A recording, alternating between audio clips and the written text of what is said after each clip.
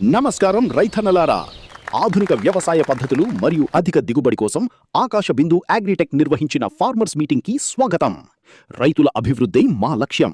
మరి ఈ కార్యక్రమంలోని ముఖ్య అంశాలను చూద్దాం. అందరికీ నమస్కారం బాబాయ్. మేము వచ్చేసి ఆకాశ బిందు అగ్రిటెక్ ప్రైవేట్ లిమిటెడ్ అనే కంపెనీ నుంచి వచ్చాం.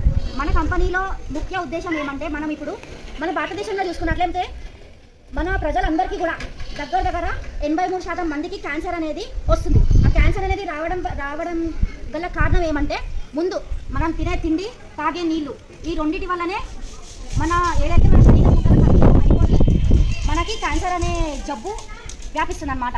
అర్థమవుతుందా?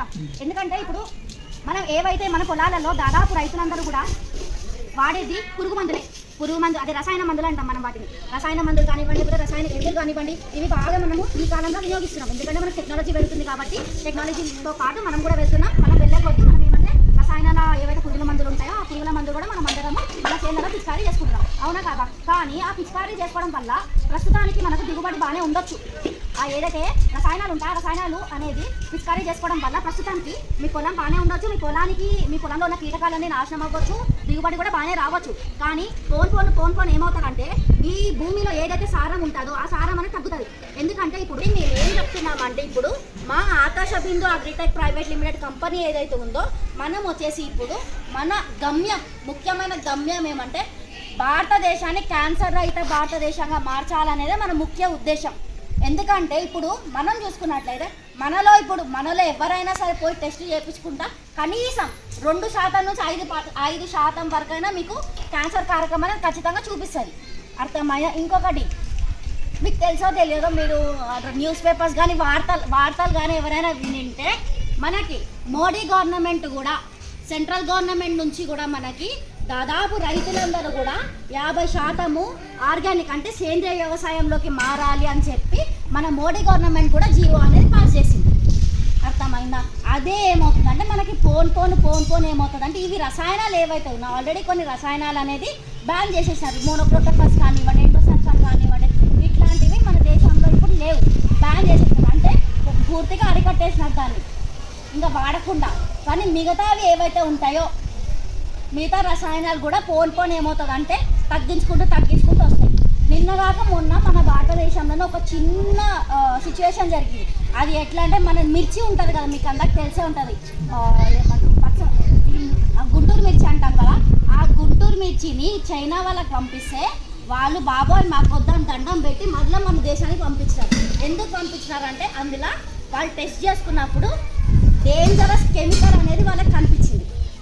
ఆ డేంజరస్ కెమికల్ వల్ల మనిషి చనిపోయే ప్రమాదం కూడా ఉంటుంది. ఏమంటే మనం ఇప్పుడు మామూలుగా సొంత పొలాల్లో పండించుకుంటున్నాం, తెచ్చుకుంటున్నాం, తింటున్నాం, అది సరే ఇప్పటి వరకు ఓకే. కానీ పోయే కొద్ది ఏమవుతుందంటే మీకే అది హాని కలిగిస్తుంది. అర్థమైందా? అయితే మన దాంట్లో ఏమవుతుందంటే, మన ప్రోడక్ట్స్ ఏవైతే ఉన్నాయో మేడం, ఇప్పుడు మీది కిలరే వాడుతున్నాం, వాడినాక మా పంటకి ఏమైనా అయితే అని ఒక క్వశ్చన్ ఉంటుంది. వాడినాక మీ పంటకి ఏమైనా అయితే మాకు ఫిర్యాదు చేస్తే మీ పంటకి ఇదేమంటారు, పంట బీమా అని ఒకటి ఉంటుంది. పంట బీమా అనేది కూడా మనం కల్పిస్తామండి. ఐసిఐసిఐ కానీ, నాబార్డ్ నుంచి కానీ, లేకపోతే క్షేమ ఇన్సూరెన్స్ తరఫున కానీ, ఈ 3 ఇన్సూరెన్సెస్ మనకు ఉన్నాయి. ఆ 3 ఇన్సూరెన్స్లు కూడా మీకు కల్పిస్తాం. పంట బీమా అంటాం దాన్ని. పంట బీమా అనేది కూడా మనం కల్పిస్తాం. అర్థమైనా? అండ్ ఇంకోటి ఏమంటే, నేను ఇప్పుడు వేరే కంపెనీలో వచ్చినట్టు అరే బాబాయ్ ఇగో ఈ ప్రోడక్ట్ తీసుకోండి, మీరు కొనుక్కోండి, మీరు వాడండి అని మేము చెప్పట్లా. మేము ఏం చెప్తున్నామంటే, ఈ ప్రోడక్ట్ తీసుకొని దగ్గరుండి మా టీం ఎవరైతే ఉన్నారో, ఇక్కడ మాకు టీం ఉంటుంది, కొంత టీం కంపెనీ తరఫున కొంతమంది టీం, ఆ టీం స్వయంగా మీ పొలాలలోకి వచ్చి మీ చేనులో దిగి మీ దగ్గరుండి వాళ్ళే మీకు స్ప్రేయింగ్ అనేది చేపిస్తారు. బలం మందులు ఉన్నాయి, స్ప్రే. ఇప్పుడు మన దాంట్లో వచ్చేసి చెప్తాను, గ్రో బూస్టర్ అని ఒకటి ఉంటుంది అన్న. ఆ గ్రో బూస్టర్ ఏమంటే, ఇప్పుడు మనకి పంట అనేది 20 నుంచి 25 రోజులు ఉంటాయి కదా, లేకుంటే 10 రోజుల తర్వాత మీరు బలానికి గ్రో బూస్టర్ అని ఒకటి ఉంటుంది. గ్రో బూస్టర్ అనే మందు వాడాలన్న. స్ప్రే అది ఎట్లా, స్ప్రే అన్ని స్ప్రే మందులు నేను చెప్తున్నాను అన్న. అది స్ప్రే మందు. దాని తర్వాత తెల్లదోమ, పచ్చదోమ, పిండి నల్లి, ఎర్ర నల్లి, ఇంకొకటి పెనుబంక, రసం పీల్చే పురుగులు ఇట్లాంటివి వస్తే ఎంకిలర్ అనేది వాడతామన్న.